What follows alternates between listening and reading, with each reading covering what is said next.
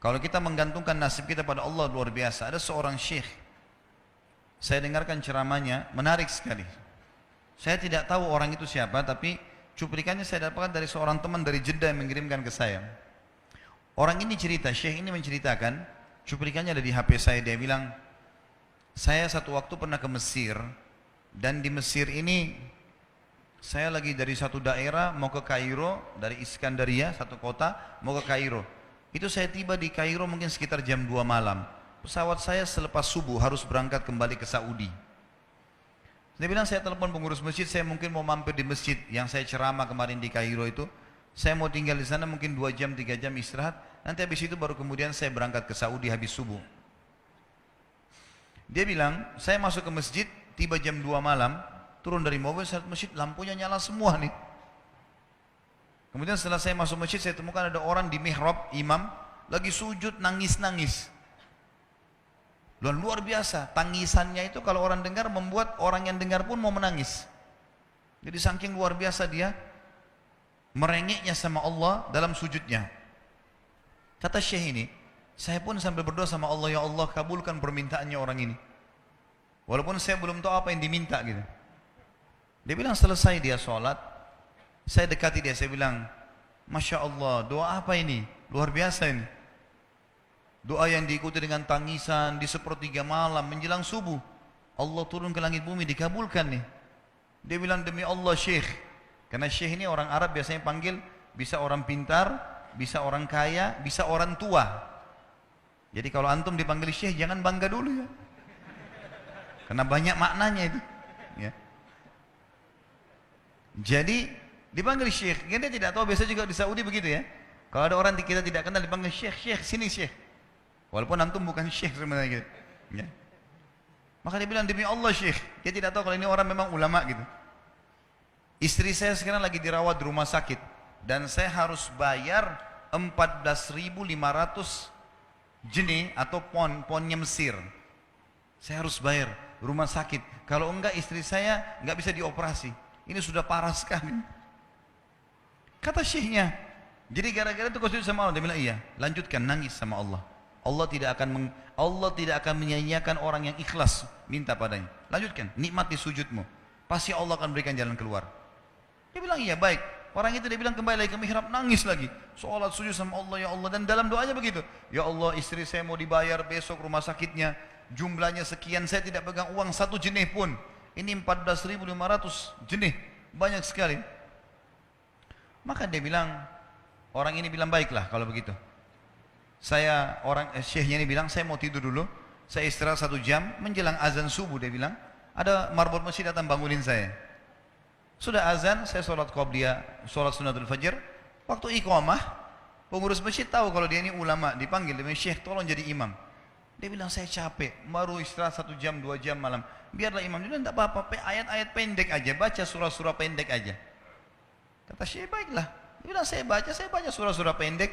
Rupanya mikrofon masjid karena keluar di luar, ada satu pengusaha Mesir, apartemennya itu dekat masjid, dan dia suka ikuti ceramahnya syekh ini di YouTube. Dia bilang, turun dari apartemennya, ikut sholat berjamaah di masjid, karena dia kenal suaranya orang ini gitu. Begitu selesai sholat, dia bilang, saya lagi zikir, datang orang itu. Dia bilang, syekh, ahlan wa sahlan di Mesir. Saya salah satu penggemar Anda di YouTube, dan saya dengar suara tadi. Saya tadi mau sholat di masjid lain, saya ke masjid ini. Dia bilang, syekh, saya mau minta tolong satu hal. Kata syekhnya, kenapa? Dia bilang, saya sudah ngitung zakat uang perusahaan saya harus alokasikan 14.500 jenih. Kata syekhnya. Orang itu bilang, saya mau alokasikan zakat saya 14.500 jenih. Kata syekhnya, saya nangis, dengar itu. Nangis, saya terisak-isak. Kata orang itu, kenapa Anda nangis? Syekh bilang, saya nggak bisa jelasin. Dia bilang, saya nangis terus. Kemudian saya lihat ke kiri kanan di sof, mana orang yang tadi malam sholat tahajud tuh? Ada di ujung. Dipanggil sama syekh, fulan kesini, datang. Dia bilang, ceritakan masalah kamu apa? Dia bilang, syekh, saya punya masalah, istri saya dioperasi, harus bayar 14.500 jenih hari ini, kalau tidak nggak operasi. Kata syekhnya, tiba-tiba si pengusaha ini nangis-nangis. Orang ini juga heran, kenapa kalian berdua menangis? Dia masih bingung kenapa gitu. Kata syekhnya, biarin orang ini yang jelaskan. Yang punya usaha bilang apa? Demi Allah Syekh, saya sudah 1 minggu taruh uang ini di lemari saya, sudah 1 minggu. Setiap hari istri saya bilang, turunkan, lakukan haknya Allah, zakat itu keluarkan. Dia bilang, saya ingin dapat 1 orang yang saya kasih langsung daripada saya bagi-bagi. Saya mau 1 orang saya kasih, selesaikan masalah dia, dan Allah selamatkan saya di akhirat. Orang ini jadi nangis.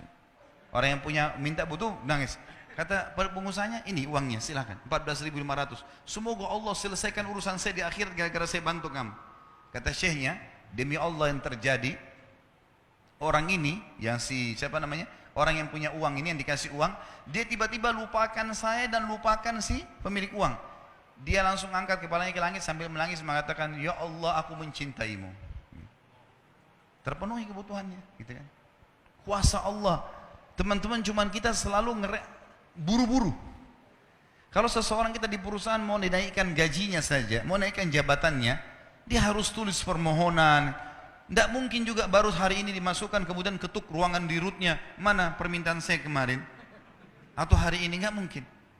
Seminggu dia sabar, 2 minggu dia sabar, dengan berharap datang panggilan. Kenapa dengan Allah subhanahu wa ta'ala kita tidak begitu, teman-teman? Banyak orang buru-buru, dan kebanyakan orang mau menggantungkan permintaannya kepada Allah hanya pada hal-hal yang kecil, hal yang besar tidak, atau sebaliknya, hal yang besar, hal yang kecil tidak. Kenapa tidak pernah minta sama Allah dikasih motor, dikasih mobil, dikasih rumah? Kenapa hanya minta kalau penyakitnya dihilangkan baru kembali kepada Allah? Itu pun seringkali kita jadikan Allah nomor 30, teman-teman sekalian. Ke dokter ini, ke dokter itu, resep ini, resep. Nanti kalau sudah mentok nggak bisa sembuh baru sholat tahajud. Hah? Salah. Islam mengajarkan kita apa? Sebelum makan berdoa, sebelum tidur berdoa, sebelum aktivitas berdoa, sebelum ke dokter doa dulu supaya Allah jadikan kesembuhan. Karena dokter resepnya cuma semoga lekas sembuh. Tidak ada pasti sembuh. Makanya teman-teman sekalian, kembali kepada Allah adalah jalan yang paling luar biasa gitu.